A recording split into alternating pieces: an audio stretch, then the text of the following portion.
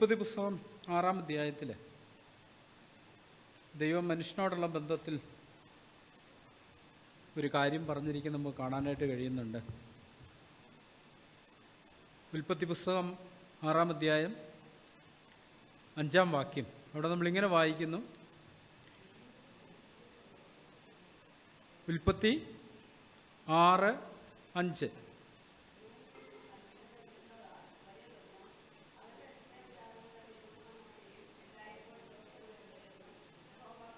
മതി. ഇവിടെ മനുഷ്യനോടുള്ള ബന്ധത്തിൽ ദൈവം മനുഷ്യനെ നോക്കിയിട്ട് പറയുന്നൊരു കാര്യമാണ് നമ്മൾ വായിക്കുന്നത്.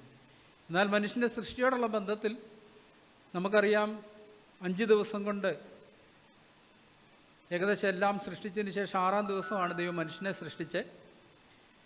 5 ദിവസത്തിൻ്റെ സൃഷ്ടിയോടുള്ള ബന്ധത്തിലും ദൈവം പറയുന്നത് നല്ലതെന്ന് കണ്ടു എന്നാണ്. എന്നാൽ 6-ാം ദിവസത്തെക്കുറിച്ച് പറയുന്നത് അത് എത്രയും നല്ലതെന്ന് കണ്ടുവെന്നാണ് മനുഷ്യൻ്റെ സൃഷ്ടിയോടുള്ള ബന്ധത്തിൽ. അങ്ങനെ സൃഷ്ടിച്ച മനുഷ്യനെക്കുറിച്ചാണ് 6-ാം അധ്യായത്തിലേക്ക് വരുമ്പോൾ ദൈവം പറയുന്നത് മനുഷ്യൻ്റെ ദുഷ്ടത, ഭൂമിയിൽ മനുഷ്യൻ്റെ ദുഷ്ടത വലിയതെന്നും അവൻ്റെ ഹൃദയവിചാരങ്ങളുടെ നിരൂപണങ്ങളൊക്കെ എല്ലായ്പ്പോഴും ദോഷമുള്ള അത്രയെന്നും യഹോവ കണ്ടു. താൻ ഭൂമിയിൽ മനുഷ്യനെ ഉണ്ടാക്കുകൊണ്ട് യഹോവ അനുതപിച്ചു. അതവൻ്റെ ഹൃദയത്തിന് ദുഃഖമായി. ദൈവം ഏറ്റവും അധികം സന്തോഷിച്ച കാര്യത്തെക്കുറിച്ച് ഇവിടെ പറഞ്ഞിരിക്കുന്നത് തൻ്റെ ഹൃദയത്തിന് ദുഃഖമായി. നമ്മളെക്കുറിച്ചാണ് പറഞ്ഞിരിക്കുന്നത്. ഇത് പറയുന്ന ഉടനെ നമ്മൾ മറ്റൊരാളെക്കുറിച്ച് ചിന്തിക്കേണ്ട, നമ്മളെ നോക്കിയിട്ടാണ് പറയുന്നത്. അതവൻ്റെ ഹൃദയത്തിന് ദുഃഖമായി. ഇവിടെ ലിവിങ് ബൈബിളിൽ ഈ വാക്യം കുറെ കൂടെ നമുക്ക് തിരിച്ചറിയത്തക്ക രീതിയിൽ എഴുതിയിരിക്കുന്നത്. അവിടെ പറഞ്ഞിരിക്കുന്ന മനുഷ്യൻ്റെ ബെൻഡ് എപ്പോഴും ദോഷത്തിലേക്കാണെന്ന്. മനുഷ്യൻ്റെ ചായ്വ് ദോഷത്തിലേക്ക്, അവൻ്റെ ചിന്തകളും മനോഭാവങ്ങളെല്ലാം തിന്മയിലേക്കാണ്. അതെങ്ങനെ സംഭവിച്ചത്? പാപനിമിത്തം സംഭവിച്ചൊരു കാര്യമാണ്. ആ ബെൻഡ് എങ്ങനെയാണ് നേരെയായിത്തീരുന്നത്? ഇല്ലേ, വളഞ്ഞ് നമുക്കറിയാം, ചിലപ്പോൾ ഈ കോടാലിക്ക് ഉറപ്പിക്കുമ്പോൾ ചില തിരിഞ്ഞു പോയിട്ടുണ്ടെങ്കിൽ നമുക്ക് വിറക് വെട്ടുമ്പോൾ അറിയാം വലിയ വിഷമമാണ്, നമ്മൾ ഉദ്ദേശിക്കുന്നിടത്തൊന്നും കൊള്ളത്തില്ല, അപകടം ഉണ്ടാക്കും എന്ന് പറഞ്ഞതുപോലെ നമ്മുടെ എല്ലാം ബെൻഡ് ദോഷത്തിലേക്കാണ്, ചായ്വ്. അവിടുന്ന് എങ്ങനെ നേരെ വരുന്നത്? ആ ബെൻഡ് മാറാതെ നമുക്കൊന്നും ആവത്തില്ല. അപ്പം ആ ബെൻഡ് മാറ്റാനുള്ള ഉപാധിയായിട്ട് ദൈവം എന്താ കണ്ടുപിടിച്ചേ? പറയാം, മാനസാന്തരം. ആ ബെൻഡ് മാറാനുള്ള ഏക വഴി മാനസാന്തരപ്പെടുക എന്നുള്ളതാണ്. മനസ്സിന് മാറ്റം വരിക. അപ്പം മാനസാന്തരം സംഭവിക്കുമ്പോൾ എന്താ നമ്മുടെ ഉള്ളിൽ വരുന്നൊരു കാര്യം? ഇവിടെ നമ്മൾ വായിക്കുന്നൊരു കാര്യം, മനുഷ്യൻ്റെ ദുഷ്ടത വലിയതെന്നും അവൻ്റെ ഹൃദയവിചാരങ്ങളുടെ നിരൂപണങ്ങളൊക്കെയും. ഈ മാനസാന്തരം വരുമ്പോൾ സംഭവിക്കുന്നൊരു കാര്യം, നമ്മുടെ ഹൃദയവിചാരങ്ങളുടെ നിരൂപണമൊക്കെ ഇവിടെ പറഞ്ഞിരിക്കുന്ന ദോഷമുള്ളതാണെങ്കിൽ മാനസാന്തരപ്പെടുമ്പോൾ എന്താ സംഭവിക്കുക? അനുഗ്രഹിക്കപ്പെട്ടതായിട്ട് തീരും. നമ്മുടെ ബെൻഡ് മാറി നമ്മൾ നേരെയാകും. ഇല്ലേ, മനുഷ്യൻ്റെ ഹൃദയത്തെക്കുറിച്ച് ആവർത്തന പുസ്തകത്തിൽ നമ്മളിങ്ങനെ വായിക്കുന്നത്, ആവർത്തന പുസ്തകം 17-ാം അധ്യായത്തിൽ അതിൻ്റെ 9-10 വാക്യങ്ങൾ, ആവർത്തനമല്ല, യിരെമ്യാ പ്രവചനം 17:9-10. ഹൃദയം എല്ലാറ്റിനേക്കാളും കപടവും വിഷമമുള്ളത്, അത് ആരാഞ്ഞറിയുന്നവനാർ? യഹോവയായ ഞാൻ ഹൃദയത്തെ ശോധന ചെയ്ത് അന്തരംഗങ്ങളെ പരീക്ഷിച്ച് ഓരോരുത്തന് അവനവൻ്റെ നടപ്പിനും പ്രവൃത്തിയുടെ ഫലത്തിനും തക്കവണ്ണം കൊടുക്കുന്നു. അപ്പോൾ മനുഷ്യൻ്റെ ഹൃദയത്തെക്കുറിച്ച് പറഞ്ഞിരിക്കുന്നത് എന്താ? ഹൃദയം എല്ലാറ്റിനേക്കാളും കപടവും വിഷവുമുള്ളത്. മനുഷ്യൻ്റെ ഹൃദയത്തിൻ്റെ പ്രത്യേകത അത്. ആദ്യത്തെ പദപ്രയോഗം കപടം. കപടമുള്ളതാണ് മനുഷ്യൻ്റെ ഹൃദയം. അതിന് പരിഹാരം എന്താ? കപടമുള്ള ഹൃദയത്തിന് എന്താ പരിഹാരം? ദൈവത്തിൻ്റെ വാഗ്ദത്തം എന്താ?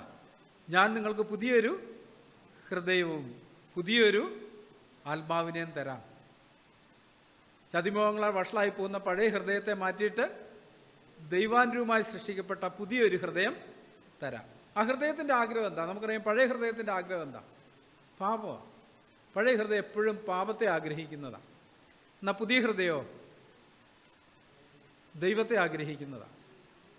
സങ്കീർത്തനക്കാരൻ ഇങ്ങനെ പറഞ്ഞ്, സ്വർഗത്തിൽ എനിക്ക് ആരുള്ളൂ, ഭൂമിയിലും നിന്നെ അല്ലാതെ മറ്റൊന്നും ഞാൻ ആഗ്രഹിക്കുന്നില്ല. വേറെ ഭാഗങ്ങൾ ഇങ്ങനെ വായിക്കുന്നു, മാൻ നീർത്തോടുകളിലേക്ക് ചെല്ലുവാൻ കാക്ഷിക്കുന്ന പോലെ ദൈവമേ എൻ്റെ ഉള്ളം നിന്നോട് ചേരാൻ കാക്ഷിക്കുന്നു. നമ്മുടെ പഴയ ഹൃദയത്തിൻ്റെ പ്രത്യേകത എപ്പോഴും പാപത്തെയാണ് കാക്ഷിക്കുന്നത്. അതിൻ്റെ ചിന്തകൾ മുഴുവൻ ഇതിനെക്കുറിച്ചാണ്, പാപത്തെക്കുറിച്ചാണ്. പാപത്തിൽ രസിക്കുകയും പാപത്തിൽ ഉല്ലസിക്കുകയും ചെയ്യുന്നൊരു ഹൃദയം മാറ്റിയിട്ട് ദൈവം നമുക്ക് നൽകിയിരിക്കുന്ന വാഗ്ദത്തം, ഞാൻ നിങ്ങൾക്ക് പുതിയൊരു ഹൃദയം നൽകാം. ഈ മാനസാന്തരത്തിന് അനന്തരഫലമായിട്ട് നമുക്ക് ലഭിക്കുന്ന അനുഗ്രഹം എന്ന് പറഞ്ഞാൽ, എപ്പോഴാണ് നമ്മൾ മാനസാന്തരപ്പെടുന്നത്? മാനസാന്തരപ്പെടുമ്പോൾ നമ്മുടെ ജീവിതത്തിൽ സംഭവിക്കുന്ന ഒരു മാറ്റം എന്താ?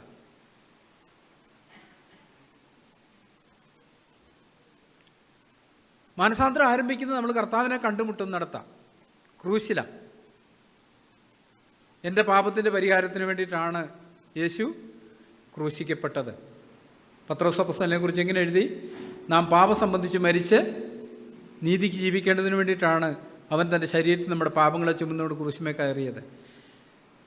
റോമാലേഖനം നമ്മളിങ്ങനെ വായിക്കുന്നു, നീതിമാൻ ആരുമില്ല, ഒരുത്തൻ പോലുമില്ല, എല്ലാവരും വഴിതെറ്റി ഒരുപോലെ കൊള്ളരുതാത്തവരായി തീർന്നു. ഈ മാനസാന്തരപ്പെടുമ്പോൾ സംഭവിക്കുന്നൊരു കാര്യം, ദൈവം കാര്യങ്ങളെ നോക്കിക്കാണുന്ന പോലെ കാണാനുള്ളൊരു കഴിവ് നമുക്ക് ലഭിക്കുന്നുണ്ട്. മാനസാന്തരപ്പെടുന്നതിന് മുമ്പോ നമുക്ക് ആ ഒരു കഴിവില്ല. നമ്മളെപ്പോഴും ആദാമ്യമായൊരു കാഴ്ചപ്പാടിൽ നിന്നുകൊണ്ടാണ് നമ്മളെ തന്നെ ശോധന ചെയ്തുകൊണ്ടിരിക്കുന്നത്, അല്ലെ കണ്ടുകൊണ്ടിരിക്കുന്നത്. പക്ഷെ മാനസാന്തരപ്പെട്ട് കഴിയുമ്പം ദൈവം നോക്കി കാണുന്ന പോലെ കാണാനുള്ള ഒരു കഴിവ് നമുക്ക് കിട്ടും. എഫെസ്യർ അതുകൊണ്ടാണ് പറഞ്ഞത്, നിങ്ങളുടെ ഹൃദയത്തിൻ്റെ ദൃഷ്ടി പ്രകാശിപ്പിക്കപ്പെടണം.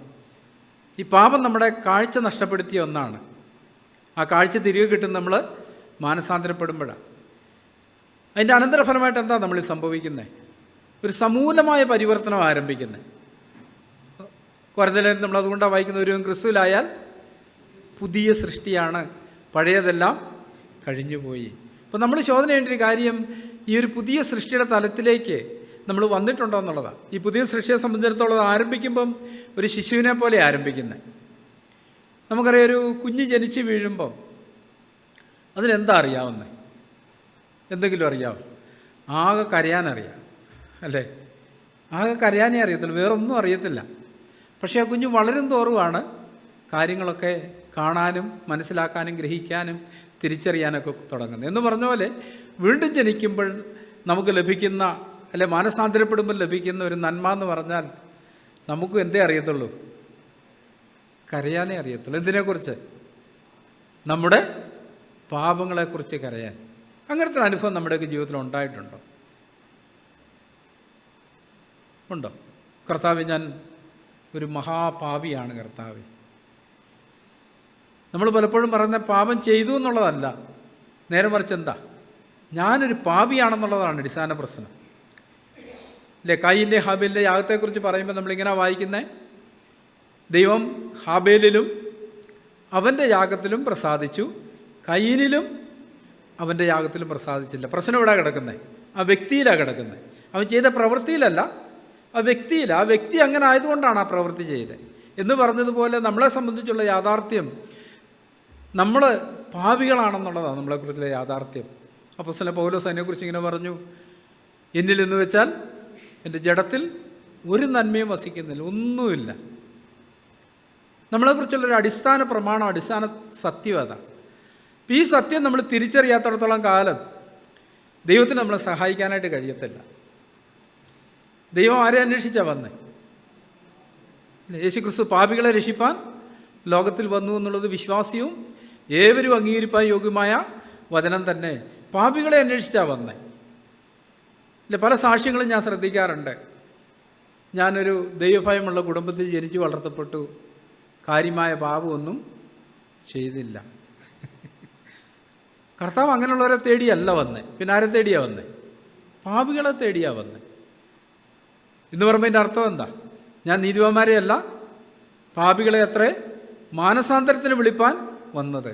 കർത്താവ് പാപികളെ തേടി വന്നു എന്ന് പറയുമ്പോൾ എൻ്റെ അർത്ഥം വെറുതെ പാപിയെ അന്വേഷിച്ച് കൊണ്ടു നടക്കാനായിട്ട് വന്നതെന്നല്ല, പാപികളെ മാനസാന്തരത്തിലേക്ക് നയിക്കാൻ, വിളിക്കാനായിട്ടാണ് കർത്താവ് വന്നത്. ഒരിക്കലും കർത്താവ് ഇങ്ങനെ പറഞ്ഞു, ഏറെ ഇളച്ച് കിട്ടിയവൻ ഏറെ സ്നേഹിക്കും, കുറച്ച് ഇളച്ച് കിട്ടിയവൻ കുറച്ച് സ്നേഹിക്കും. അപ്പോൾ ഞാനൊരു മഹാപാപിയാണെന്നുള്ള ബോധ്യമുള്ള ഒരാളെ സംബന്ധിച്ചിടത്തോളം ആ ആൾക്ക് ഒത്തിരിയേറെ ഇളച്ച് കിട്ടുന്നതുകൊണ്ട് ആൾ എന്ത് ചെയ്യും?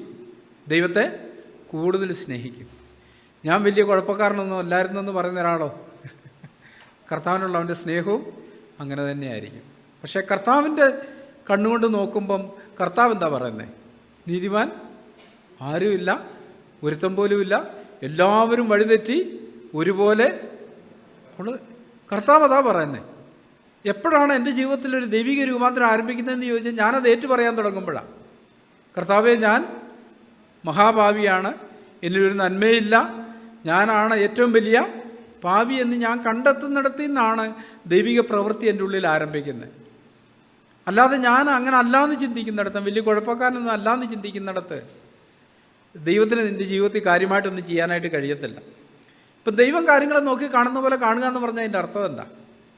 ലവോദിക്ക സഭയ്ക്ക് ദൂത് എഴുതുമ്പം ദൈവം ലവോദിക്കലുള്ളവരെ കുറിച്ച് എന്താ പറഞ്ഞത്? നീ നിർഭാഗ്യവാനാണ്, അരിഷ്ടനാണ്, കുരുടനാണ്, നഗ്നനാണ്. പക്ഷെ അവരെക്കുറിച്ച് തന്നെ എന്താ പറഞ്ഞത്? ഞാൻ ധനവാൻ, സമ്പന്നൻ, എനിക്കൊന്നിനും മുട്ടില്ല. അപ്പോൾ ഈ മാനസാന്തരം നമ്മുടെ ഉള്ളിൽ ഉണ്ടാക്കുന്നൊരു മാറ്റം എന്താണെന്ന് ചോദിച്ചാൽ ദൈവം കാര്യങ്ങളെ നോക്കി കാണുന്ന പോലെ കാണാനുള്ള ഒരു കണ്ണ് നമുക്ക് തുറക്കുക എന്നുള്ളതാണ്. എന്നെക്കുറിച്ച് തന്നെ, അയ്യോ ഞാൻ അരിഷ്ട മനുഷ്യൻ, എന്നിലൊരു നന്മയും വസിക്കുന്നില്ല എന്നുള്ള ഒരു കാഴ്ചപ്പാടിലേക്ക് നമ്മളെ കൊണ്ടുവരാനായിട്ടാണ് ദൈവം ആഗ്രഹിക്കുന്നത്. നാം മനസ്സിലാക്കേണ്ട ഒരു കാര്യം, നമ്മൾ ഈ പാപത്തിൻ്റെ വഴിയിൽ നടക്കുമ്പോൾ എന്താ നമ്മൾ സംഭവിക്കുക? ഇപ്പോൾ നമുക്കറിയാം, നമ്മുടെ ശരീരത്തിൽ പാമ്പ് കടിച്ചാൽ എന്താ സംഭവിക്കുക? നമ്മുടെ രക്തത്തിൽ കൂടെ പെട്ടെന്ന് ഈ വിഷം ശരീരം മുഴുവൻ വ്യാപിക്കും. എന്നിട്ട് നമ്മുടെ ആന്തരിക അവയവങ്ങളെല്ലാം എന്തു ചെയ്യും? ഇത് നശിപ്പിച്ച് കളയും. അങ്ങനെ സാവകാശം നമ്മൾ മരണത്തിന് വിധേയപ്പെടുന്നത്. എന്ന് പറഞ്ഞതുപോലെ തന്നെ ഈ പാപവും ദൈവികമായിട്ട് നമ്മളിലുള്ളതിനെയെല്ലാം നശിപ്പിച്ച് കളഞ്ഞിട്ട് നമ്മളെ മരണത്തിലേക്ക് നയിക്കുന്ന ഒരു പ്രക്രിയ ചെയ്യുന്നത്. ഏതില്ലാതാ സംഭവിച്ചത്? പ്രാഥമികമായിട്ട് എന്താ സംഭവിച്ചത്? ആദാമിനെ സംബന്ധിച്ചിടത്തോളം പാപത്തിൻ്റെ അനന്തരഫലമായിട്ട് അവർ ചെയ്തൊരു കാര്യം എന്തായിരുന്നു?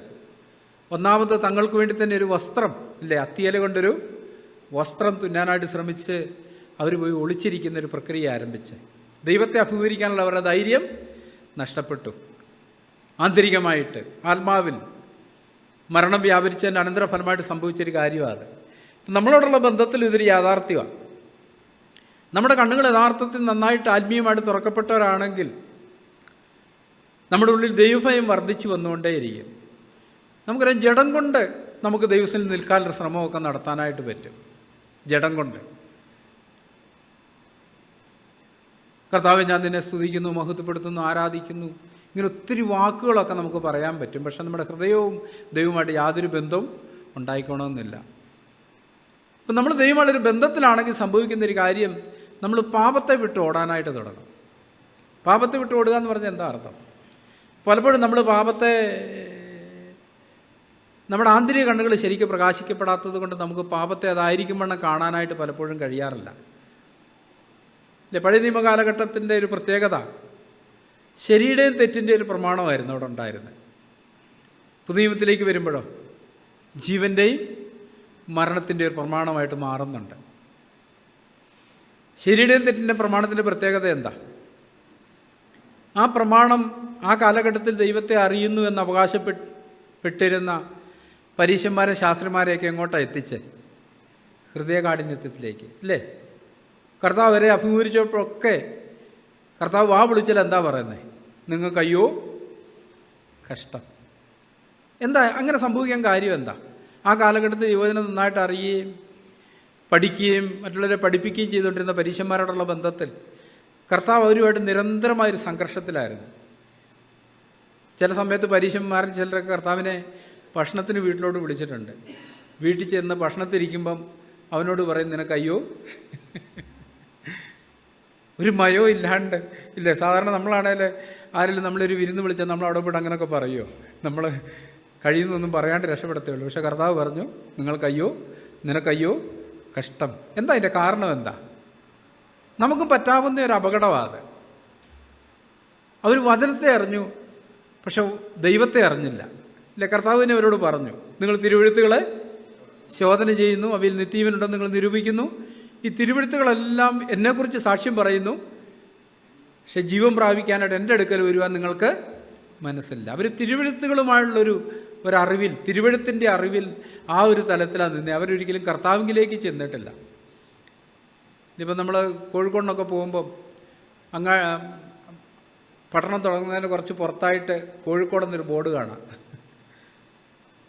അപ്പം നമ്മൾ ഞാൻ കോഴിക്കോട് എത്തി എന്നുള്ളൊരു അവകാശവാദത്തിൽ അവിടെ കൂടിയാൽ കോഴിക്കോട് എത്തിച്ചേരാൻ പറ്റുമോ എന്ന് പറഞ്ഞ പോലെ ഇത്.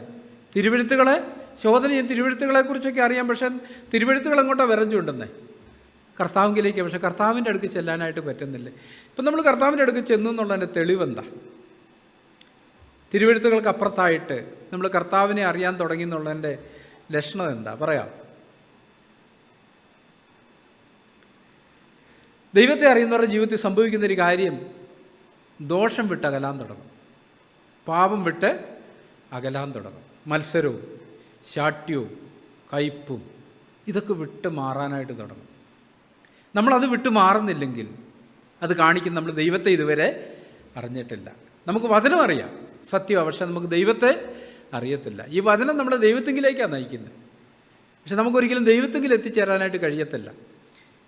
എങ്ങനെ നമ്മൾ ദൈവത്തിൻ്റെ അടുക്ക് ചെല്ലുന്നത്? ദൈവത്തെ നമ്മൾ അറിഞ്ഞു എന്നുള്ളതിൻ്റെ തെളിവതാ. നമ്മൾ പാപം വിട്ട് ഓടാനായിട്ട് തുടങ്ങും, പാപത്തോട് പോരാടാനായിട്ട് തുടങ്ങും, പാപത്തോട് തീർത്ത് നിൽക്കാനായിട്ട് തുടങ്ങും. എന്ന് പറഞ്ഞാൽ എന്താ അർത്ഥം? നമ്മുടെ വ്യക്തി ജീവിതത്തിൽ ഒന്നാമതായിട്ട് സംഭവിക്കുന്നത്, കർത്താവ് തന്നെ പറഞ്ഞൊരു കാര്യമുണ്ട്. മത്തായിയുടെ സുവിശേഷം 11 അധ്യായത്തിൻ്റെ 27, 28, 29 വാക്യങ്ങൾ നമ്മളിങ്ങനെ വായിക്കുന്നത്. കർത്താവ് എന്താ പറഞ്ഞാൽ? സൗമ്യതയും താഴ്മയുണ്ട്. 2 ലക്ഷണങ്ങളാണ് അവിടെ പറഞ്ഞിരിക്കുന്നത്, സൗമ്യതയും താഴ്മയും.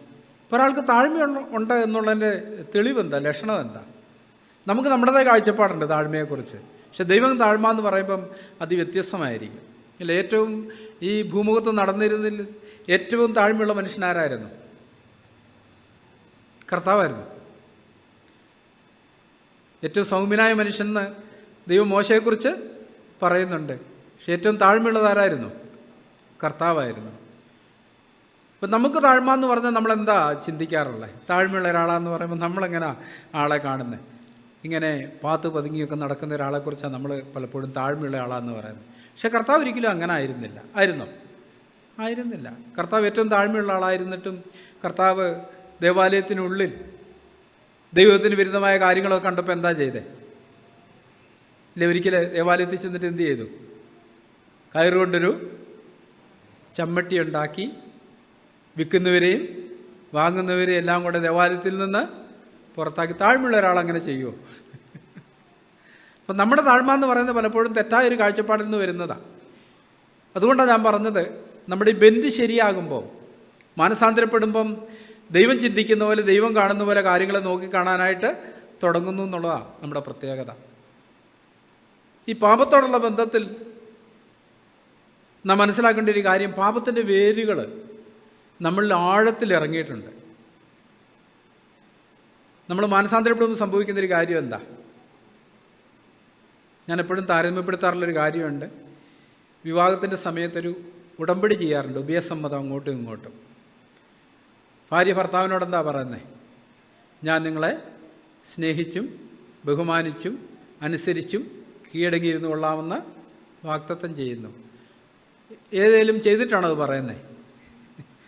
ആ സമയത്ത് ഇത് വല്ലതും ചെയ്തിട്ടുണ്ടോ? അനുസരിച്ചിട്ടുണ്ടോ? കീഴടങ്ങിയിട്ടുണ്ടോ? സ്നേഹിച്ചിട്ടുണ്ടോ? പക്ഷേ അങ്ങനെ ചെയ്തോളാമെന്ന് ഞാൻ വാഗ്ദത്തം ചെയ്യുന്നു. നേരെ തിരിച്ചും അങ്ങനെ തന്നെയാണ്. അതിനുശേഷം മുന്നോട്ടുള്ള യാത്രയിലാണ് ഇത് പ്രായോഗികമായി തീരേണ്ടത്. എന്ന് പറഞ്ഞാൽ നമ്മൾ മാനസാന്തരപ്പെടുമ്പോൾ എന്താ സംഭവിക്കുന്നത്? ദൈവത്തിൽ നിന്ന് ദൈവത്തിനെതിരായുള്ളൊരു യാത്രയിലാണ് നമ്മൾ പോയിക്കൊണ്ടിരിക്കുക. ദൈവത്തിൽ നിന്ന് അകന്നകന്ന് പോയിക്കൊണ്ടിരിക്കുക.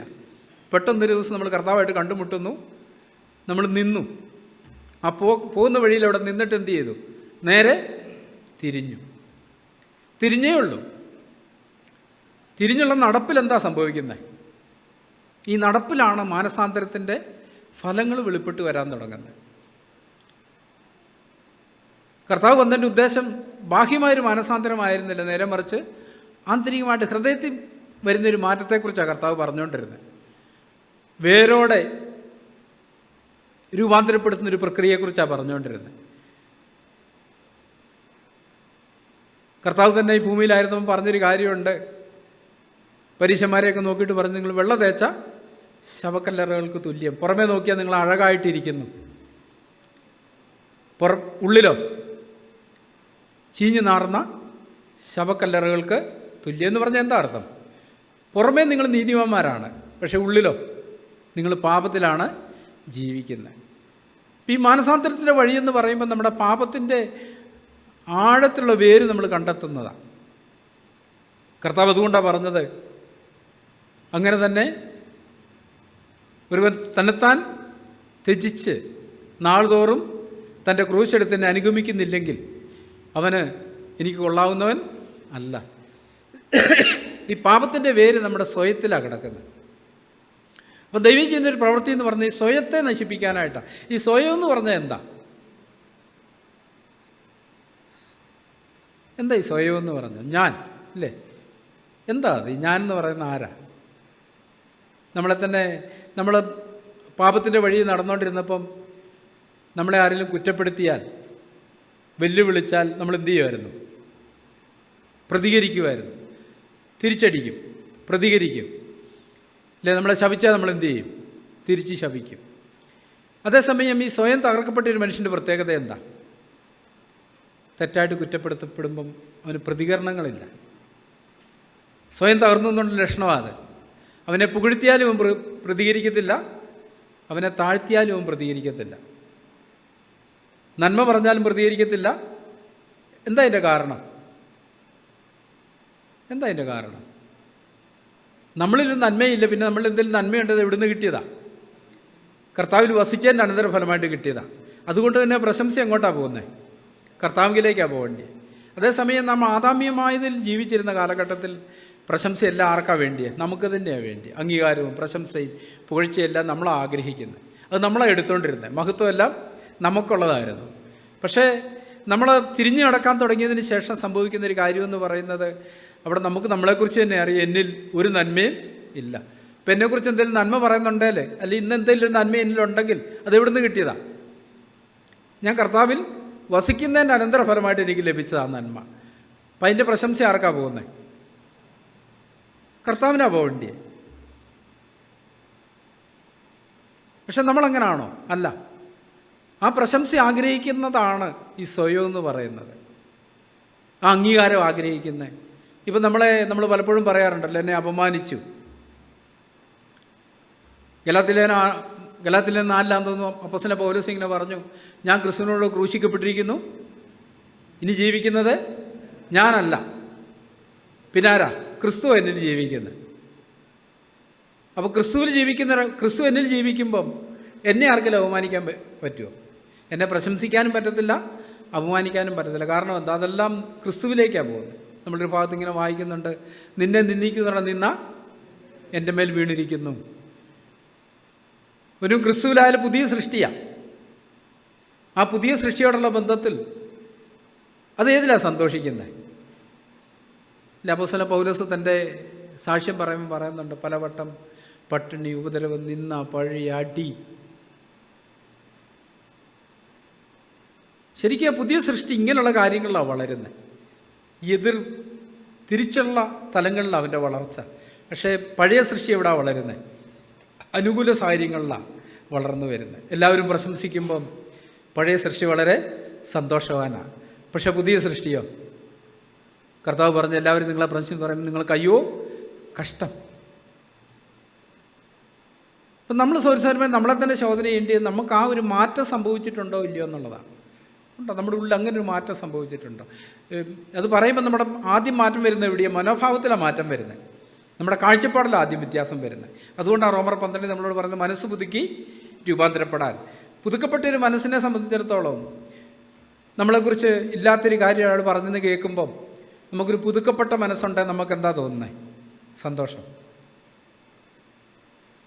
പക്ഷെ നമ്മുടെ മനസ്സ് പുതുക്കപ്പെട്ടില്ലെങ്കിലോ? ഇപ്പം ചോദിച്ചിട്ടേ ഉള്ളെന്ന് പറയും. ഇപ്പം ആളെ ഇപ്പം ചോദിച്ചിട്ടുള്ളൂ, വാ നമുക്ക് പോവാം. ഇപ്പം നേരിട്ട് ഇല്ലേ, നമ്മളൊക്കെ പറയാറുണ്ട്, നേരിട്ട് ചോദിച്ചിട്ടേ ഉള്ളൂ. അത് പഴയ സൃഷ്ടി നമ്മൾ സജീവമാണെന്നുള്ളതിൻ്റെ തെളിവാണ്. ഇതുവരെ മരിച്ചിട്ടില്ല എന്നുള്ളതിൻ്റെ തെളിവാണ്. പുതിയ സൃഷ്ടിയാണെങ്കിൽ എന്താ, ആന്തരികമായിട്ട് സന്തോഷിക്കുക. അത് ഈ തിന്മ കേൾക്കുമ്പോൾ, നിങ്ങളെക്കുറിച്ച് എല്ലാ തിന്മയും കളവായി പറയുമ്പോൾ സന്തോഷിച്ച് തുള്ളി ചാടുവീൻ. അപ്പോൾ നമ്മുടെ മനസ്സിന് മാറ്റം വന്നെന്നുള്ളതിൻ്റെ തെളിവ് അതാ, പ്രതികരണങ്ങളാണ് കാണിക്കുന്നത്. നമ്മുടെ പ്രതികരണത്തിൽ മാറ്റമില്ലെങ്കിൽ ഇത് കാണിക്കുന്നത് നമുക്കിതുവരെ ഒരു മാറ്റവും വന്നിട്ടില്ല എന്നുള്ളതാണ്. ഈ പുതിയ സൃഷ്ടി എപ്പോഴും സന്തോഷിക്കും ദൈവത്തിൻ്റെ വചനത്തിൽ. നമ്മൾ ആദ്യം സങ്കീർത്തനം കേട്ടു, യഹോവയുടെ ന്യായപ്രമാണത്തിൽ സന്തോഷിച്ച് അവൻ്റെ ന്യായപ്രമാണത്തെ രാപകൽ ധ്യാനിക്കുന്ന മനുഷ്യൻ ഭാഗ്യവാൻ. പഴയ സൃഷ്ടി ഇതിലാണ് സന്തോഷിക്കുന്നത്. ന്യായപ്രമാണം അവനെന്താ?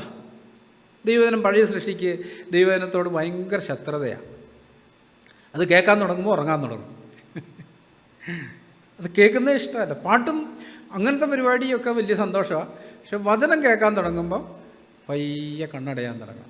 അത് കാണിക്കുന്ന നമ്മുടെ ആന്തരിക തലത്തിൽ പുതുക്കം ഇതുവരെ സംഭവിച്ചിട്ടില്ല എന്നുള്ളതാണ്.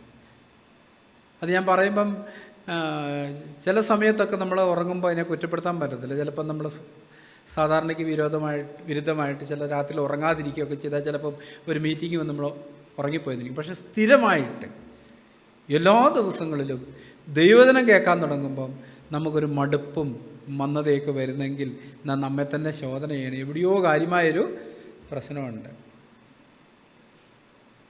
ഈ പുതിയ സൃഷ്ടിയുടെ പ്രത്യേകത എന്താ? അതെന്തിനു വേണ്ടിയാണ് ദാഹിക്കുന്നത്? ദൈവവചനത്തിന് വേണ്ടിയാണ് ദാഹിക്കുന്നത്. എവിടെ വചനം കേട്ടാലും ആര് പറഞ്ഞാലും എന്തു ചെയ്യും? അത് ചെവി കൂർപ്പിച്ച് ശ്രദ്ധിച്ചുകൊണ്ടേയിരിക്കും. നമുക്കൊരു പ്രശ്നം, ഞാൻ മനസ്സിലാക്കിയൊരു കാര്യം, നമ്മൾ ചില കാര്യങ്ങളെക്കുറിച്ച് പഠിക്കാൻ ദൈവം ആഗ്രഹിക്കുന്നുണ്ട്. പഴയ നിയമകാലത്ത് കൽപ്പന കൊടുക്കും, പറഞ്ഞ് നീ ന്യായപ്രമാണം കേൾക്കണം, പഠിക്കണം, അനുസരിക്കണം. കേൾക്കണം, പഠിക്കണം, അനുസരിക്കണം. ഈ കഴിഞ്ഞ ആഴ്ച ഒരു മീറ്റിങ്ങിൽ ഇങ്ങനെ പങ്കെടുക്കുമ്പം, പെന്തക്കോസ്തുകാരുടെ മീറ്റിങ്ങാണ്, പാസ്റ്റർ ഇങ്ങനെ പ്രസംഗിക്കാൻ തുടങ്ങി, പാപം ചെയ്താൽ പ്രതിഫലം നഷ്ടപ്പെടുത്തേ ഉള്ളൂ, പുത്രത്വം നഷ്ടപ്പെടുകയല്ല. പെന്തക്കോസ്തുകാരുടെ ഉപദേശം നേരെ വിരുദ്ധമാണ്. പക്ഷേ എല്ലാവരും കൂടെ സ്തോത്രം ഹല്ലേലൂയ എന്നാണ് പറയുന്നത് ഇത് കേട്ടപ്പോൾ. അപ്പം ഞാൻ വിചാരിച്ചു, എന്താ നമ്മുടെയൊക്കെ അവസ്ഥ? എന്താ നമ്മൾ വിശ്വസിക്കുന്നത് നമുക്കറിയത്തില്ല. അതിന് വിരുദ്ധമായൊരു കാര്യം ഒരാൾ പറയുമ്പം അത് അതിനെക്കുറിച്ച് സ്തോത്രം ഹല്ലേലൂയൊക്കെ പറയുമ്പം നമ്മൾ ഇവിടെ എത്തി എന്നുള്ളതാണ്. ഇല്ല, നമ്മുടെ ഒരു പ്രത്യേകതയാണ് അത്. ഇപ്പം ഞാൻ നമ്മുടെ സഭയിലുള്ളവരെ കുറിച്ച് ചിന്തിച്ചു, നമുക്ക് ഈ അടിസ്ഥാന പ്രമാണങ്ങളെക്കുറിച്ച് മനസ്സിലായിട്ടുണ്ടോ? ഒരിക്കൽ ഇങ്ങനൊരു സാഹചര്യത്തിൽ ഞങ്ങളായിരുന്ന സഭയിൽ പ്രയർ ഗ്രൂപ്പൊക്കെ തുടങ്ങി. അത് അവിടെയുള്ളവർക്ക് ഇഷ്ടപ്പെട്ടില്ല. അപ്പം ഞങ്ങളെ ഒരു വിചാരണയ്ക്ക് വേണ്ടിയിട്ട് ഒരു സെൻട്രൽ കമ്മിറ്റി വന്നു, IPCയുടെ കോഴിക്കോട് സെൻട്രൽ കമ്മിറ്റി വന്ന് ഇങ്ങനെ ഒത്തിരി കുറ്റങ്ങൾ പറഞ്ഞു. ഇവർ ദുരുപദേശം പഠിപ്പിക്കുന്നവരാണ്, ഇവരെ സൂക്ഷിക്കണമെന്നൊക്കെ പറഞ്ഞു. അപ്പം ഞാൻ എഴുന്നേറ്റ് പറഞ്ഞ ആളോട് ചോദിച്ചു, അല്ല സഹോദര, ശരിയായ ഉപദേശം നിങ്ങൾക്കറിയാമെന്ന് ചോദിച്ചു. പുള്ളി പറഞ്ഞു, എനിക്കറിയത്തില്ല. അപ്പം ശരി അറിയത്തില്ല, പിന്നെ എങ്ങനെ തെറ്റാന്ന് ഒരു കാര്യം പറയുന്നത്? അപ്പം പുള്ളി പറഞ്ഞു, എല്ലാവരും അങ്ങനെ പറയുന്നതുകൊണ്ടാണ് ഞാനും പറയുന്നത്. ഇപ്പം നമ്മളും അങ്ങനെയൊക്കെ തന്നെയാണ്. നമുക്കൊരു വ്യക്തതയില്ല ദൈവജനത്തെക്കുറിച്ച്, ദൈവ പ്രമാണത്തെക്കുറിച്ച് ഇല്ലേ. നമുക്ക് ദൈവജനത്തെക്കുറിച്ചൊരു വ്യക്തതയില്ല. എന്താ സംഭവിക്കുക? നമ്മൾ തെറ്റിപ്പോവും. കർത്താവ് പറഞ്ഞു, നിങ്ങൾ തിരുവെഴുത്തുകളെയും ദൈവശക്തിയെയും അറിയായികയാൽ തെറ്റിപ്പോകുന്നു. അപ്പം നമുക്ക് അങ്ങനത്തെ ഒരു അടിസ്ഥാന പ്രമാണത്തെക്കുറിച്ച് അറിവുണ്ടോ? അപ്പം പുള്ളി പല വാക്യങ്ങളെടുത്തു. അതിലൊരു വാക്യം ഇതായിരുന്നു, ദാവീദിൻ്റെ പ്രാർത്ഥനയുണ്ടല്ലോ, രക്ഷയുടെ സന്തോഷം എനിക്ക് തിരികെ തരണം. പക്ഷെ പുള്ളി എൻ്റെ അടിയിലത്തെ വാക്യമൊന്നും വായിച്ചില്ല. അടിയിലോട്ട് എന്താ പറയുന്നത്? നിൻ്റെ സന്നിധിയിൽ തന്നെ തള്ളിക്കളയരുത്. അപ്പോൾ ഈ പാപം ചെയ്താൽ പുത്രത്വം പോവില്ലേ, പിന്നെ എന്തിനാ പറയുന്നത്? കർത്താവ് നിൻ്റെ സന്നിധിയിൽ തന്നെ തള്ളിക്കളയരുത്, നിൻ്റെ ആത്മാവിനെ എന്നിൽ നിന്ന്. ആത്മാവ് നമ്മളെ ദൈവം കൈക്കൊണ്ടെന്നുള്ളതിൻ്റെ മുദ്രയാണ്. അപ്പം ദാവീദ് പ്രാർത്ഥിക്കുക, ആത്മാവിനെ എന്നിൽ നിന്ന് എടുക്കരുതെന്ന് പറഞ്ഞതിൻ്റെ അർത്ഥം എന്താ? എന്താ അതിൻ്റെ അർത്ഥം? അപ്പം പലപ്പോഴും നമുക്ക് പറ്റുന്നൊരു പരാജയം എന്ത്? ദൈവജനത്തെക്കുറിച്ച് നമുക്ക് അറിവില്ല. നമുക്ക് ദൈവജനത്തെക്കുറിച്ച് അറിവില്ലേലേ നമ്മളെങ്ങനെ സാത്താനെ ജയിക്കാനായിട്ട് കഴിയുന്നത്? മനുഷ്യനോടുള്ള ബന്ധത്തിൽ പോട്ടെ, പ്രാഥമികമായിട്ട് നമ്മൾ സാത്താനെ നേരിടുന്നത് എങ്ങനെയാണ്? ദൈവജനം കൊണ്ടാണ്. അപ്പോൾ ദൈവജനത്തെക്കുറിച്ച് നമുക്ക് അറിവില്ലെങ്കിൽ നമുക്ക് സാത്താനെ നമ്മളെ എങ്ങനെ വേണേലും കൊണ്ട് വളയ്ക്കാനായിട്ട് കഴിയും. ഞാൻ എൻ്റെ ലേഖനം 3-ാം അധ്യായത്തിലാണെന്ന് തോന്നുന്നു, അവിടെ 2-ാം അധ്യായത്തിൽ അപ്പോസ്തലൻ ഇങ്ങനെ പറയുന്നു, ബാല്യക്കാരെ നിങ്ങൾ ശക്തരാകിയാലും ദൈവം നിങ്ങൾ വസിക്കിയാലും നിങ്ങൾ ദുഷ്ടനെ. അപ്പം നമ്മുടെ ഹൃദയത്തിൽ ദൈവവചനം ഉണ്ടെങ്കിൽ മാത്രമേ നമുക്ക് സാത്താനെ ജയിക്കാൻ പറ്റത്തുള്ളൂ. ദൈവനം അറിയത്തില്ലെങ്കിലോ? ഒരു യഥാർത്ഥ വീണ്ടും ജനനം, മാനസാന്തരം നമുക്കുണ്ടാക്കുന്നൊരു പ്രത്യേകത 1 പത്രോസ് 2 അധ്യായത്തിൽ പറയുന്നത് പോലെ ദൈവവചനത്തിനായിട്ടുള്ളൊരു ദാഹം നമ്മുടെ ഉള്ളിലുണ്ടാവും. ഇപ്പോൾ ജനിച്ച ശിശുക്കളെ പോലെ അല്ലെ വീണ്ടും ജനിച്ചവരുടെ പ്രത്യേകത ഏതാ പറഞ്ഞിരിക്കുന്നത്? രക്ഷയ്ക്കായി വളരുവാൻ, വചനമെന്ന മായമില്ലാത്ത പാൽ കുടിപ്പാൻ വാഞ്ചിപ്പിന്നാണ് പറഞ്ഞിരിക്കുന്നത്. നമ്മൾ വാഞ്ചിക്കേണ്ട കാര്യമാണ് ഇല്ല. അങ്ങനെ വീണ്ടും ജനം പ്രാപിച്ചൊരു ദൈവത്തിനോടുള്ള ബന്ധത്തിൽ ഒരു യാഥാർത്ഥ്യമാണ്. അവനെപ്പോഴും ദൈവവചനം വായിക്കാനുള്ളൊരു ആന്തരിക തള്ളലുണ്ടാവും. നമ്മൾ ദൈവത്തിൽ നിന്ന് അകലുന്നുള്ളതിൻ്റെ പ്രധാന ലക്ഷണങ്ങളിലൊന്ന് ദൈവവചനത്തോടുള്ള നമ്മുടെ താല്പര്യം കുറഞ്ഞുകൊണ്ടേയിരിക്കും. അവിടെ ഒരു ചടങ്ങായിത്തീരും. എങ്ങനെ ചടങ്ങായിത്തീരുന്നേ? വൈകുന്നേരം സന്ധ്യാപ്രാർത്ഥനയ്ക്കൊക്കെ ഇരിക്കുമ്പം എടാ ഒരധ്യായം വായിച്ചേ,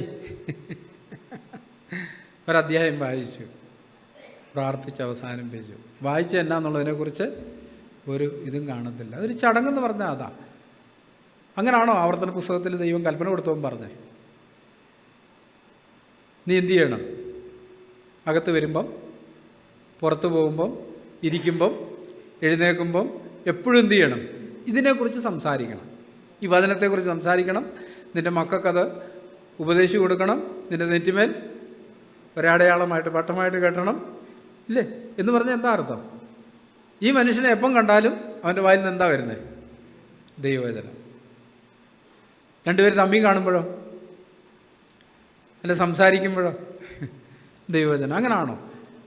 ഈ നമ്മൾ വീണ്ടും ജനിച്ചു എന്നുള്ളതിൻ്റെ ഒരു തെളിവതാ. ദൈവവചനത്തിനായിട്ടുള്ള അടങ്ങാത്ത ദാഹവും ദൈവവചനത്തിനുള്ള പ്രാധാന്യം നമ്മുടെ ജീവിതത്തിലുണ്ടാവും. ഇനിയും വായിക്കുന്നില്ലെങ്കിലും നമ്മുടെ ചിന്തകളിൽ എന്തായിരിക്കും ഉണ്ടായിരിക്കുക? ദൈവത്തിൻ്റെ വചനം. അതാ സങ്കീർത്തനത്തിൽ പറഞ്ഞിരിക്കുന്നത്, ന്യായപ്രമാണത്തെ രാപകൽ ധ്യാനിക്കുന്ന മനുഷ്യൻ ഭാഗ്യവാൻ. അപ്പോൾ നമ്മൾ വീണ്ടും ജനിക്കുമ്പോൾ പ്രാഥമികമായ ഒരു നന്മ എന്ന് പറയുന്നത് പാപത്തെ തിരിച്ചറിയാനുള്ളൊരു കഴിവ് നമുക്ക് കിട്ടുന്നു. പാപത്തെ തിരിച്ചറിയാനുള്ളൊരു ആന്തരിക ബോധ്യം ദൈവത്തിൻ്റെ പരിശുദ്ധാത്മാവ് നമുക്ക് നൽകുന്നു. നമ്മളൊരു വാക്ക് പറഞ്ഞതിന് ശേഷം വീണ്ടും ജനിച്ചൊരു വ്യക്തിയോടുള്ള ബന്ധത്തിൽ ദൈവാത്മാവിൻ്റെ ഉദ്ദേശത്തെ ശോധന ചെയ്യും. പറഞ്ഞ വാക്ക് കറക്റ്റായിരിക്കും, ശരിയായ വാക്കായിരിക്കും പറഞ്ഞ്. പക്ഷെ ദൈവാത്മാവ് എന്ത് ചെയ്യും? ആ വാക്കിൻ്റെ പിമ്പിലുള്ള ഉദ്ദേശത്തെക്കുറിച്ച് നമുക്ക് ബോധ്യപ്പെടുത്തും. നിൻ്റെ ഉദ്ദേശം ശരിയല്ലായിരുന്നു. അങ്ങനത്തെ ഒരു ശബ്ദം നമുക്ക് കേൾക്കാനായിട്ട് കഴിയുന്നുണ്ടോ? നമ്മൾ നോക്കിയതിന് ശേഷം ദൈവാത്മാവിനോട് പറയും നിൻ്റെ നോട്ടത്തിൻ്റെ ഉദ്ദേശം ശരിയല്ലായിരുന്നു. നമുക്കത് കേൾക്കാൻ കഴിയുന്നുണ്ടോ? സംസാരിച്ചതിന് ശേഷം, നോക്കിയതിന് ശേഷം അല്ലേ? നമ്മുടെ വാക്കുകളുടെ എല്ലാം പിമ്പിലുള്ള ഉദ്ദേശങ്ങളെ ദൈവം ന്യായം വിധിക്കും. ദൈവം എപ്പോഴും എങ്ങോട്ടാണ് നോക്കുന്നത്? പുറമേ ഉള്ളതല്ല, ഉള്ളിലുള്ളതാണ് നോക്കുന്നത്. പുറത്തേക്ക് വന്ന കാര്യമല്ല, അതിൻ്റെ പിമ്പിൽ നമ്മുടെ ഉള്ളിൽ എന്താ ഉണ്ടെന്നുള്ളതിനെക്കുറിച്ചാണ് ദൈവം നോക്കിക്കൊണ്ടിരിക്കുന്നത്. നമുക്കത് കാണാനായിട്ട് കഴിയും. നമ്മെ തന്നെ വിധിക്കുമ്പം നമ്മുടെ ഉദ്ദേശത്തെ നമ്മൾ വിധിക്കുന്നത്. ആർക്കാണ് മാനസാന്തരപ്പെടാൻ കഴിയുന്നത്? ആ ആത്മാവിൻ്റെ ശബ്ദം കേൾക്കുന്നവർക്കാണ്. കർത്താവേ, എൻ്റെ വാക്കിന് മുമ്പിൽ എൻ്റെ ഉദ്ദേശം ശരിയല്ലായിരുന്നു, അല്ല എൻ്റെ നോട്ടത്തിൻ്റെ പിമ്പിലുള്ള ഉദ്ദേശം, എൻ്റെ ഹൃദയം നേരുള്ളതായിരുന്നില്ല കർത്താവേ, എൻ്റെ ചിന്തകൾ ശരിയായിരുന്നില്ല. ആ നിലയിൽ നാം നമ്മെ തന്നെ വിധിക്കുന്നിടത്താണ് ഈ നേരെയുള്ള വഴിയിൽ നടക്കാനായിട്ട് നമുക്ക് കഴിയുന്നത്. അല്ലെങ്കിൽ നമ്മളെപ്പോഴും ഈ വളഞ്ഞ വഴിയിൽ നടക്കുന്നതിനെക്കുറിച്ച് സങ്കീർത്തനത്തിൽ പറയുന്നുണ്ട് അല്ലേ? വളഞ്ഞ വഴി എന്ന് പറഞ്ഞാൽ നമ്മൾ ഒരിക്കലും പുറമേ ഉള്ളൊരു വഴിയെക്കുറിച്ച് ചിന്തിക്കരുത്. ആന്തരിക തലത്തിലാണ്. ആന്തരിക തലത്തിൽ സംഭവിക്കുന്നൊരു കാര്യം ഈ വളഞ്ഞ വഴി. വീണ്ടും ജനിച്ചൊരു വ്യക്തിയിലുള്ള ഏറ്റവും വലിയ നന്മ പരിശുദ്ധാത്മാവിൻ്റെ ഉള്ളിൽ നിരന്തരമായിട്ട് പാപബോധം കൊടുത്തുകൊണ്ടിരിക്കും. നമുക്കറിയാം, ആത്മാവിൽ നമ്മൾ വീണ്ടും ജനിക്കുന്ന നമ്മുടെ ദേഹിയുടെ വീണ്ടെടുപ്പാണ് ഇനി സംഭവിക്കേണ്ടത്. നമ്മുടെ ഹൃദയത്തിൻ്റെ ശുദ്ധീകരണം ഇനി സംഭവിക്കേണ്ടത്. പഴയ ഹൃദയം നമ്മളിലുണ്ട്, പുതിയ ഹൃദയമുണ്ട്. പഴയ മനസ്സുകൊണ്ട് പുതിയ മനസ്സ്. ഇത് തമ്മിലൊരു പോരാട്ടത്തിലാണ് എപ്പോഴും. സാത്താൻ നിരന്തരമായിട്ട് നമ്മളെ പഴയതിലേക്ക് കൊണ്ടുവരാൻ ശ്രമിച്ചുകൊണ്ടിരിക്കുന്നത്. ദൈവാത്മാവ് നമ്മളെ ഈ പുതുക്കത്തിൽ നടക്കാനായിട്ടാണ് പ്രേരിപ്പിച്ചുകൊണ്ടിരിക്കുന്നത്. നമ്മളെവിടെ നിൽക്കുന്നു എന്നുള്ള പ്രത്യേകത. നാം സത്യസന്ധരാണെങ്കിൽ എപ്പോഴും ഇവിടെ നിൽക്കും, പുതുക്കത്തിൻ്റെ വശത്ത് നിൽക്കും. അല്ലെങ്കിലോ പഴയ തലത്തിലേക്ക് നമ്മൾ തിരിഞ്ഞു പോകും. നമ്മളെ തന്നെ ന്യായീകരിക്കുകയും നമ്മളെ തന്നെ നീതീകരിക്കുകയും നമ്മളെ തന്നെ സംരക്ഷിക്കാൻ ചെയ്യാൻ ശ്രമിക്കുമ്പം നമ്മൾ പഴയതിനോടൊപ്പം നടക്കുന്നു എന്നുള്ളതാണ് അത് കാണിക്കുന്നൊരു കാര്യം. നമ്മുടെ വിളി പഴയതിനെ ഉപേക്ഷിക്കാനായിട്ടാണ്. ചതിമോഹങ്ങളാൽ വഷളായി പോകുന്ന പഴയ മനുഷ്യനെ ഉപേക്ഷിച്ചു ഇല്ലേ? എന്നിട്ട് ഏതാ നമ്മൾ ധരിച്ചിരിക്കുന്നത്? പരിജ്ഞാനത്തിനായി പുതുക്കം പ്രാപിക്കുന്ന പുതിയ മനുഷ്യൻ. അത് പുതുക്കപ്പെട്ടുകൊണ്ടേയിരിക്കുന്നൊരു കാര്യമാണ്. നമ്മുടെ കണ്ണിൻ്റെ കാഴ്ച കൂടിക്കൊണ്ടേയിരിക്കും, ആന്തരിക കണ്ണിൻ്റെ കാഴ്ച കൂടിക്കൊണ്ടേയിരിക്കും. ഒരു ബലാത്കാരത്തിൻ്റെ ആത്മാവ് നമുക്ക് വേണമെന്നാണ് ദൈവവചനം പറയുന്നത് അല്ലേ? കർത്താവ് പറഞ്ഞു, യോഹന്നാൻ്റെ കാലം മുതൽ സ്വർഗ്ഗരാജ്യത്തെ ബലാത്കാരം ചെയ്യുന്നു, ബലാത്കാരികൾ അതിനെ പിടിച്ചെടുക്കുന്നു. ഈ ബലാത്കാരം ഇതിനോടുള്ള ബന്ധത്തിലാണ്, ദൈവിക അവകാശങ്ങളോടുള്ള ബന്ധത്തിലാണ്. പാപത്തിനെതിരായിട്ടാണ് ഈ ബലാത്കാരം നമ്മൾ എപ്പോഴും പ്രയോഗിക്കേണ്ടത്. ഒരു ബലാത്കാരത്തിൻ്റെ ആത്മാവ് നമുക്ക് പാപത്തിനെതിരായിട്ടാണ്. പക്ഷെ ദൈവിക വശത്തേക്ക് വരുമ്പോഴോ നമുക്കെപ്പോഴും താഴ്മയുടെ ആത്മാവ് ആവശ്യമുള്ളത്. താഴ്മയുടെ ഒരു ആത്മാവാണ് നമുക്ക് ആവശ്യമുള്ളത്. ഇപ്പം ദൈവത്തെ നമ്മൾ ശ്രവിക്കുമ്പം നമുക്ക് ഏതാത്മാവാണ് വേണ്ടിയേ? ഒരു താഴ്മയുടെ ആത്മാവാണ് വേണ്ടി. ഇനി വേറൊരു ഇപ്പം കുടുംബജീവിതത്തിലാണേലും സഭാജീവിതത്തിലാണേലും സൗരസവന്മാരുള്ള ബന്ധത്തിൽ നമുക്ക് ഏതാത്മാവാണ് വേണ്ടിയേ? ബലാത്കാരത്തിൻ്റെ ആണോ താഴ്മയുടെ ആണോ? താഴ്മയുടെയാണ് വേണ്ടി. പക്ഷെ പലപ്പോഴും നമുക്കുള്ള ആത്മാവ് ഏതാ? ശാഠ്യത്തിൻ്റെ ആത്മാവ്, ബലാത്കാരത്തിൻ്റെ ആത്മാവ്. അത് പാപത്തിനെതിരായിട്ടാണ് നമ്മൾ പ്രയോഗിക്കേണ്ടത്. എന്ന് പറഞ്ഞാൽ എന്താ അർത്ഥം? പാപത്തോട് എതിർത്ത് നിൽക്കുന്നതിലാണ് ഈ ബലാത്കാരത്തിൻ്റെ ആത്മാവ് നമുക്ക് ആവശ്യമുള്ളത്. കീഴടങ്ങാത്ത, വഴങ്ങാത്ത ഒരാത്മാവ് പാപത്തോടുള്ള ബന്ധത്തിലാണ് വേണ്ടിയത്. പക്ഷേ ദൈവിക കാര്യങ്ങളോടുള്ള ബന്ധത്തിൽ നമുക്ക് വേണ്ടി ആത്മാവ് കീഴടങ്ങുന്നതും വഴങ്ങുന്നതും താഴുന്നതുമായ ഒരു ആത്മാവിനെയാണ് നമുക്ക് ആവശ്യമുള്ളത്. പക്ഷെ നമുക്ക് നേരെ തിരിച്ചാണ്. പാപത്തോടുള്ള ബന്ധത്തിൽ നമ്മൾ എന്ത് ചെയ്യും? വഴങ്ങിക്കൊടുക്കും. ദൈവം വെച്ച അധികാരങ്ങളുള്ള ബന്ധത്തിലോ ബലം പിടിച്ച് നിൽക്കും, കീഴടങ്ങുകയില്ല, താഴുകയില്ല, താഴ്ത്തുകയില്ല. പക്ഷെ പാപം വരുമ്പോഴോ അല്ല, ഈ പരുന്തൊക്കെ കോഴിയൊക്കെ പിടിക്കാൻ വരുമ്പോൾ സംഭവിക്കുന്നൊരു കാര്യമുണ്ട്. അടുത്തെത്തി കഴിയുന്നത് അങ്ങ് പതുങ്ങിയിരിക്കും, കൊണ്ടുപോകുന്നുള്ള വീട്ടിൽ. അതുപോലെയാണ് നമ്മുടെ മനോഭാവം പലപ്പോഴും പാപത്തോടുള്ള ബന്ധത്തിൽ. എന്ന് പറഞ്ഞാൽ എന്താ അർത്ഥം? ഒരു അധികാരത്തിൻ്റെ മുമ്പിൽ നിൽക്കുമ്പം കീഴടങ്ങേണ്ടതിന് പകരം എന്ത് ചെയ്യും? കണ്ണൊക്കെ ഉരുട്ടി എന്നാ ചെയ്യുമെന്നുള്ള മട്ടിരിക്കും. അങ്ങനെ നമ്മൾ പലപ്പോഴും അതാണ് നമ്മളെ വഞ്ചനയിലേക്ക് നയിക്കുന്നത്. നമ്മുടെ മനസ്സിന് പുതുക്കം വരുന്നില്ല, അതാണ് നമ്മുടെ പ്രശ്നം. സൗരസന്മാർ നമുക്ക് മാനസാന്തരപ്പെടാം. ഈ ഒരു ആന്തരിക കാഴ്ചപ്പാടാണ് നമുക്ക് ആദ്യമായിട്ട് ആവശ്യമുള്ളത്. നമുക്കതിനുവേണ്ടി ദൈവത്തോട് ചോദിക്കുക, ഇതാരാ ദൈവം നമുക്ക് തരുന്നത്? കർത്താവ് തരുന്നൊരു കാര്യമാണ്. കർത്താവിന് മാത്രമേ തരാനായിട്ട് പറ്റത്തുള്ളൂ. നമ്മൾ എരിമപ്പലത്തിൽ ഇത് വായിച്ചു. ദൈവം തന്നെയാണ് നമ്മുടെ ഹൃദയങ്ങളെയൊക്കെ ശോധന ചെയ്ത് നമ്മളെ കാണിച്ചു തരുന്നത്. നമ്മൾ ദൈവത്തിന് ഇടകൊടുക്കാം, ദൈവത്തോട് ചോദിക്കാം, കർത്താവേ എൻ്റെ ഹൃദയത്തിൻ്റെ അവസ്ഥ എന്താണെന്ന് എന്നെ ഒന്ന് കാണിക്കണം. എനിക്ക് എൻ്റെ ഹൃദയത്തെക്കുറിച്ചുള്ള എൻ്റെ അഭിപ്രായം നല്ല ഹൃദയമാണ്, പക്ഷെ നീ എന്ത് ചിന്തിക്കുന്ന എന്നെ കാണിച്ച് മാനസാന്തരപ്പെടാനുള്ള കൃപ നൽകി എന്നെ അനുഗ്രഹിക്കണമെന്നുള്ളൊരു പ്രാർത്ഥനയുമായിട്ട് ദിവസങ്ങളിൽ നമുക്ക് ദൈവത്തെ അന്വേഷിക്കാം. അതിനായിട്ട് കർത്താവ് നമ്മളെ സഹായിക്കട്ടെ. ആമേൻ.